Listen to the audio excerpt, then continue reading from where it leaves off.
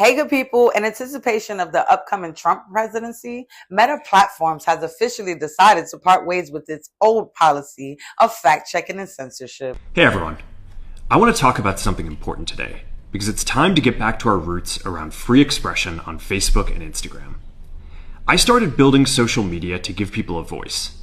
I gave a speech at Georgetown 5 years ago about the importance of protecting free expression, and I still believe this today. But a lot has happened over the last several years. There's been widespread debate about potential harms from online content. Governments and legacy media have pushed to censor more and more. A lot of this is clearly political, but there's also a lot of legitimately bad stuff out there. Drugs, terrorism, child exploitation. These are things that we take very seriously, and I want to make sure that we handle responsibly. So we built a lot of complex systems to moderate content. But the problem with complex systems is they make mistakes. Even if they accidentally censor just 1% of posts, that's millions of people. And we've reached a point where it's just too many mistakes and too much censorship. The recent elections also feel like a cultural tipping point towards once again prioritizing speech. So we're going to get back to our roots and focus on reducing mistakes, simplifying our policies, and restoring free expression on our platforms. More specifically, here's what we're going to do. First, we're going to get rid of fact checkers and replace them with community notes, similar to X. Why? Well, if history's taught us anything, it's that Donald Trump and fact checkers go together like oil and water. Remember the good old days of the last Trump administration? Back then, President Trump made it abundantly clear that he hates fact checkers, like with a passion. He feuded with everyone from PolitiFact to Snopes to the Washington Post fact checker. Heck, the Washington Post even kept a running tab of Donald Trump's lies and misleading statements during his presidency. By the time he left office, they'd fact check him over 30,000 times. 30,000. He set a world record in most truths avoided. Naturally, Trump called their work fake news, biased garbage, and my personal favorite, a joke. And let's not forget Trump's groundbreaking contribution to the world of truth. Alternative facts. Forget logic, forget evidence. Trump's team gave us a whole new dimension of reality.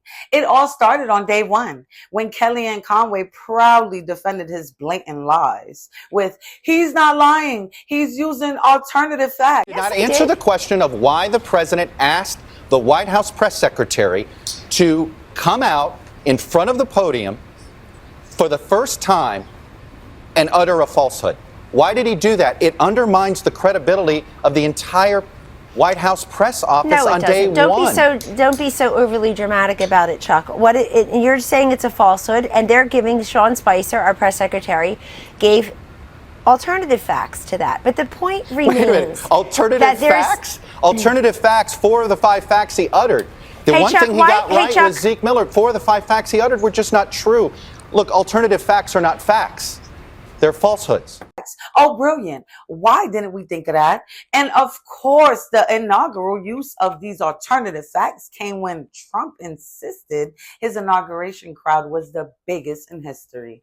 The photos, the empty bleachers, and, reality said otherwise. But Kellyanne doubled down like a poker player with a terrible hand. Who needs facts when you've got alternative ones? And now Meta, Mark Zuckerberg's little digital empire, has decided it's safer to cozy up to Trump than risk a front row seat on his grudge tour. Because let's be real, Trump has a memory like an elephant, but only when it comes to people who've crossed him. Meta had the nerve, the audacity to ban him from Facebook and Instagram after January 6th fiasco. Ever since, Trump's been scheming his Zuckerberg revenge arc like a villain in a Netflix drama. I'm talking full on. You'll regret the day you crossed me.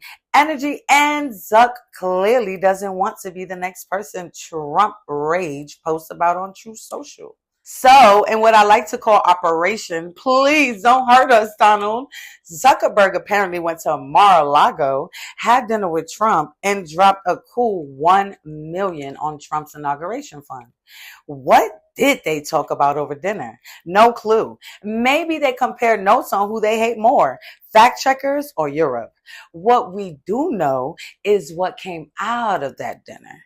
One, Meta is firing its fact checkers. Poof, gone. Bye-bye, Truth Police. They're being replaced with community notes. So basically, random internet users will be your new favorite arbiters of truth. 2, content policies are getting simplified. Translation, let the debates about gender, immigration, and everything else rage on.